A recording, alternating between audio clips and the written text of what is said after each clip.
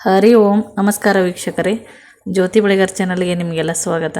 ಈ ದಿನ ನೋಡ್ರಿ 2026ರ ಹೊಸ ವರ್ಷದಲ್ಲಿ ಅಧಿಕ ಮಾಸ ಯಾವಾಗ ಪ್ರಾರಂಭ ಆಗುತ್ತೆ ಮತ್ತು ಇದರ ಮಹತ್ವ ಏನು, ನಿಯಮಗಳ ಬಗ್ಗೆ ಒಂದು ಸ್ವಲ್ಪ ಮಾಹಿತಿಯನ್ನು ಈ ವಿಡಿಯೋದಲ್ಲಿ ಹೇಳ್ತಾ ಹೋಗ್ತೀನಿ ನೋಡ್ರಿ. ಈ ಅಧಿಕ ಮಾಸ ವಿಶೇಷ ಧಾರ್ಮಿಕ ಮತ್ತು ಆಧ್ಯಾತ್ಮಿಕವಾದಂಥ ಒಂದು ಮಹತ್ವವನ್ನು ಹೊಂದೈತೆ ನೋಡ್ರಿ. ಈ ಅವಧಿಯಲ್ಲಿ ಏನಂತಂದ್ರೆ ಶುಭ ಚಟುವಟಿಕೆಗಳನ್ನು ಏನೂ ಮಾಡೋಂಗಿಲ್ಲ.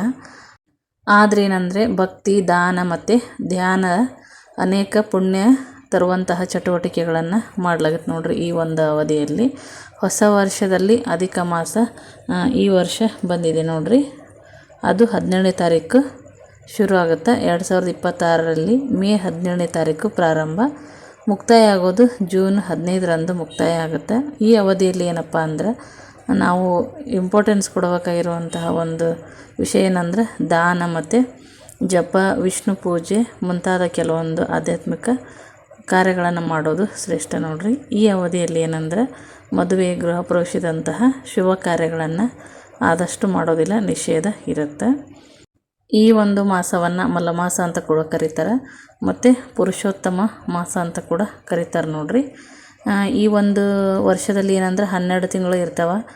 ಹಿಂದೂ ಕ್ಯಾಲೆಂಡರ್ನಲ್ಲಿ ಸೂರ್ಯ ಮತ್ತು ಚಂದ್ರನಂತಹ ಗ್ರಹಗಳ ಚಲನೆಗೆ ಅನುಗುಣವಾಗಿ ಏನಂದ್ರೆ ತಿಂಗಳುಗಳ ಸಂಖ್ಯೆ ಕೂಡ ಬದಲಾಗುತ್ತೆ. ಈ ಒಂದು 2026ರ ವರ್ಷ ನೋಡ್ರಿ, ವಿಶೇಷವಾಗಿ ಈ ವರ್ಷ ಅಧಿಕ ಮಾಸ ಆರಂಭ ಆಗುತ್ತೆ. ಅಧಿಕ ಮಾಸ ಸಂಭವಿಸೋದ್ರಿಂದ ಹಿಂದೂ ಹೊಸ ವರ್ಷ ನೋಡ್ರಿ 12ರ ಬದಲು 13 ತಿಂಗಳುಗಳಾಗಿ ಆಚರಣೆಯನ್ನು ಮಾಡುವಂಥದ್ದು ಇರುತ್ತೆ. ಅಂದರೆ ಈಗ ನೋಡ್ರಿ ಅಧಿಕ ಬಂದಾಗ ಒಂದು ತಿಂಗಳು ಜಾಸ್ತಿ ಅಂತಲೇ ಹೇಳ್ಬೋದು. ಆಚರಣೆ ಕೂಡ ಬರೀ ಭಕ್ತಿ ಮತ್ತು ಪೂಜೆಗೆ ಸಂಬಂಧಿಸಿರುವಂಥದ್ದು ಈ ಅಧಿಕ ಮಾಸ. ಪುರುಷೋತ್ತಮ ಮಾಸ ಅಂತ ಕೂಡ ಕರಿತೀವಿ. ಧಾರ್ಮಿಕ ಮತ್ತು ಆಧ್ಯಾತ್ಮಿಕ ದೃಷ್ಟಿಕೋನದಿಂದ ಬಹಳ ಶುಭ. ಈ ಒಂದು ಮಾಸದಲ್ಲಿ ಮಾಡಿರುವಂತಹ ಪೂಜೆ, ಜಪ, ತಪ, ದಾನಗಳೆಲ್ಲ ನಮಗೆ ಅಧಿಕವಾಗಿ ಫಲವನ್ನು ಕೊಡ್ತಾವೆ. ಹಾಗಾಗಿ ಇದು ಅಧಿಕ ಮಾಸ ನೋಡ್ರಿ, ಶುಭ ಚಟುವಟಿಕೆಗಳನ್ನು ಮಾಡೋದಿಲ್ಲ, ಪೂಜೆ ಪುನಸ್ಕಾರಗಳಿಗೆ ಮೀಸಲಾಗಿರುವಂತಹ ಮಾಸ ಅಂತಲೇ ಹೇಳ್ಬೋದು. ಅಧಿಕ ಅಂದ್ರನ ಹೆಚ್ಚುವರಿ ಅಂತ ಅರ್ಥ ನೋಡ್ರಿ. ಈ ಸರಿ ಏನಪ್ಪ ಅಂತಂದ್ರೆ ಅಧಿಕ ಮಾಸ ಜ್ಯೇಷ್ಠ ಅಧಿಕ ಅಂತಂದು ಕರೆಯಲಾಗುತ್ತೆ ನೋಡ್ರಿ. ಜ್ಯೇಷ್ಠ ಮಾಸದಲ್ಲಿ ಸಂಭವಿಸೋದ್ರಿಂದ ಜ್ಯೇಷ್ಠ ಅಧಿಕ ಅಂತಂದು ಕರೀತಾರೆ. ಅಧಿಕ ಜ್ಯೇಷ್ಠ ಮಾಸ ಅಂತ ಕರೀತಾರೆ. ಹೆಚ್ಚುವರಿ ಆಗಿರೋದ್ರಿಂದ ಇದನ್ನು ಅಧಿಕ ಮಾಸ ಅಂತಂದು ಕರೀತಾರೆ. ಒಂದು ತಿಂಗಳು ಹೆಚ್ಚಿಗೆ ಬರೋದ್ರಿಂದ ವಿಷ್ಣುವಿನ ಒಂದು ಆರಾಧನೆ ಈ ಒಂದು ಮಾಸದಲ್ಲಿ ವಿಶೇಷ ಇರ್ತೈತೆ ನೋಡ್ರಿ. ಮಾಡುವಂತಹ ಕೆಲಸಗಳಂತಂದ್ರೆ ವ್ರತ, ಉಪವಾಸ, ದಾನ ಇವೆಲ್ಲ ಮಾಡುವಂಥದ್ದು, ಯಜ್ಞ, ಹವನ, ಹೋಮ ಎಲ್ಲ ಮಾಡುವಂಥದ್ದು ನೋಡ್ರಿ. ಮತ್ತು ಶಿವನನ್ನು ಮೆಚ್ಚಿಸಲು ಕೂಡ ಪೂಜೆಯನ್ನು ಮಾಡುವಂಥದ್ದು, ವಿಷ್ಣು ಸಹಸ್ರನಾಮ ಮಂತ್ರಗಳನ್ನು ಪಠನೆ ಮಾಡೋದು, ಇವೆಲ್ಲ ಮಾಡೋದ್ರಿಂದ ನಮ್ಗೆ ಅಧಿಕ ಫಲ ಸಿಗುತ್ತೆ ಅಂತ ಹೇಳ್ಬೋದು. ಆದಷ್ಟು ಶುಭ ಕೆಲಸಗಳನ್ನು ಈ ಮಾಸದಲ್ಲಿ ಮಾಡೋದಿಲ್ಲ. ಮತ್ತು ಇನ್ನೊಂದು ಸಾರಿ ಹೇಳ್ತಾ ಇದ್ದೀನಿ ನೋಡ್ರಿ, ಮೇ 17ನೇ ತಾರೀಕು ಭಾನುವಾರ ಅಧಿಕ ಮಾಸ ಪ್ರಾರಂಭ ಆಗುತ್ತೆ. 2026ರ ಮೇ 17ನೇ ತಾರೀಕು.